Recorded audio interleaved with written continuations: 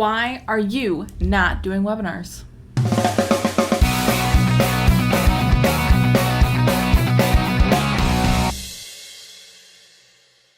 So today we're going to talk about webinars. Webinars are my favorite way to grow my list.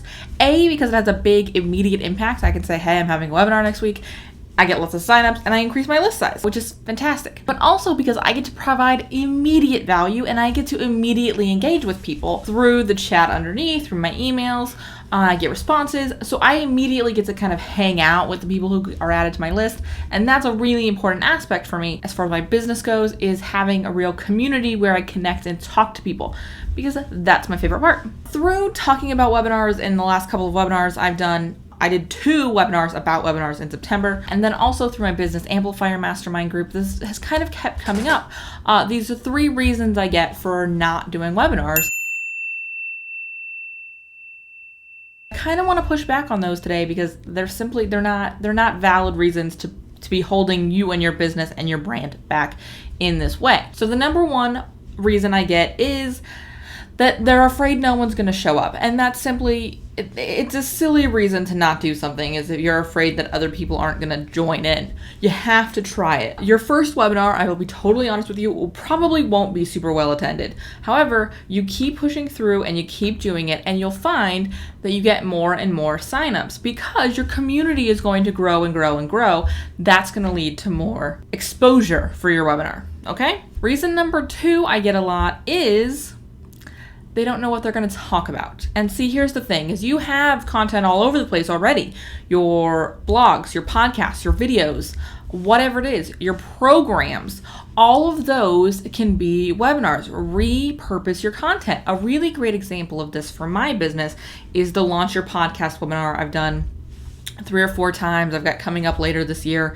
Again, I have a podcast about my podcast and the tech I use. I talk about that in the webinar. And then, of course, I have a program called The Rockstar Guide to Podcasting, where I talk about what gear you need and the process of launching your podcast.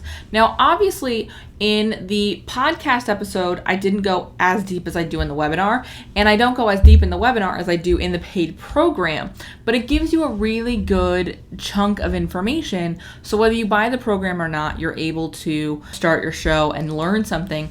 But also, it's able to expand on the stuff that I talked about in the podcast. So if you listen to that episode, you go, wow, I would love to hear more from her about that. Here we go. So that's a really great example of repurposing your content. Like I said, it's already there. You just have to look at it. Also, look at your upcoming editorial calendar. Look at the questions you get from your audience all over the place.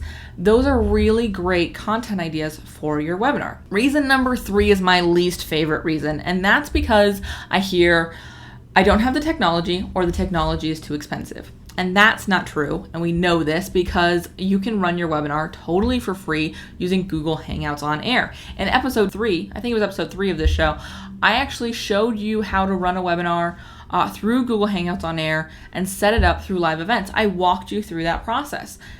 That's a totally free way to run your next webinar. I spend almost nothing to run my webinar. I do have a small cost because I pay for a premium level of a tool called Chatroll, which is what the chat box under my webinar video screen is. But that's just so that I can have 100 or fewer people chatting in the box below the video. And that's the only thing I pay. I don't pay anything for the actual broadcasting of it because I do it all through Hangouts on Air. So it is not a financial holdback. What it is a you deciding to do it. Do it. Okay, so you know I'm big on action. So what I really want you to do is I want you to hit the comments and tell me when your first or next webinar is, because it's a huge impact on your business and a really, really great way for you to give back to your community and say, hey, look at this. This is for you. Come get this information. Come learn from me and let me share with you this really cool stuff. All right. If you like this video, be sure to give it a thumbs up, share it with your friends, and of course, subscribe to the channel so you don't miss any future episodes of Hit the Mic TV. See you soon. But oftentimes, that decision is made long before and without me even scrolling down to see what their past tweet history is. So make sure that you are really, really well represented immediately. This is your first impression, okay? So